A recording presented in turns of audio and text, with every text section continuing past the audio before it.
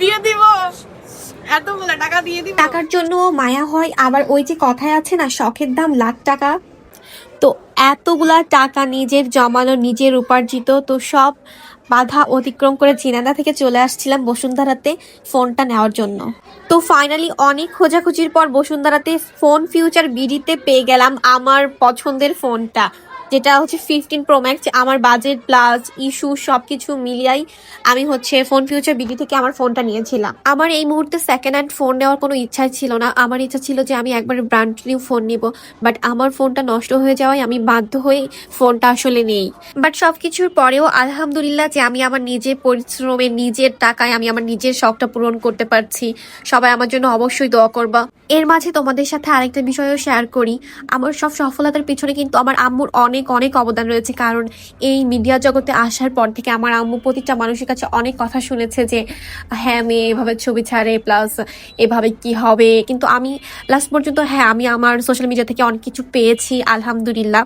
এবং সবাই আমার জন্য দোয়া করবা, আর আমার আম্মুর জন্য বেশি বেশি দোয়া করবা। আর কয়েকজনের কথা না বললেই নয়, বর্ষা, মেঘ ভাইয়া, তারপরে আমার বোন হাবিবা, সবাই আমাকে খুবই সাপোর্ট করছে আমার জীবনে, প্লাস আমার প্রিয় মানুষ।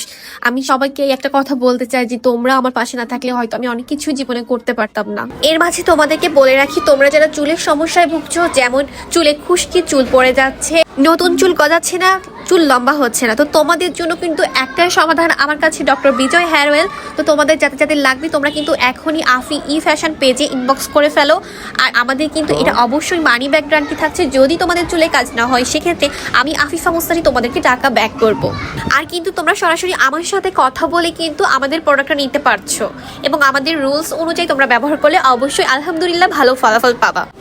এরপর আমি আর বর্ষা যেহেতু অনেকদিন পর একসাথে হয়েছি, তো অনেক দুষ্টুমি করছিলাম, মজা করছিলাম। আর ও তো 1 মাস মতো প্রায় গ্রাম থেকে চলে আসছে, তারপর আমার সাথেও দেখা হয় নাই। তো অনেক দিন পর দেখা হয়ে ভালোই লাগছিল, প্রিয় মানুষগুলো একসাথে পাইলে আসলেই অনেক বেশি ভালো লাগে। তো যাই হোক, তোমরা আমাদের জন্য বেশি বেশি দোয়া করো যেন আমরা ভালোভাবে থাকতে পারি, এবং তোমাদের জন্য অনেক অনেক ভালোবাসা এবং দোয়া রইল যেন তোমরা জীবনে সফল হতে পারো। তো আজকের ব্লগ থাকছে এই পর্যন্ত, দেখা হচ্ছে নেক্সট কোনো ব্লগে। ততদিন সবাই ভালো থাকো, সুস্থ থাকো। আল্লাহ হাফেজ, আসসালামু আলাইকুম।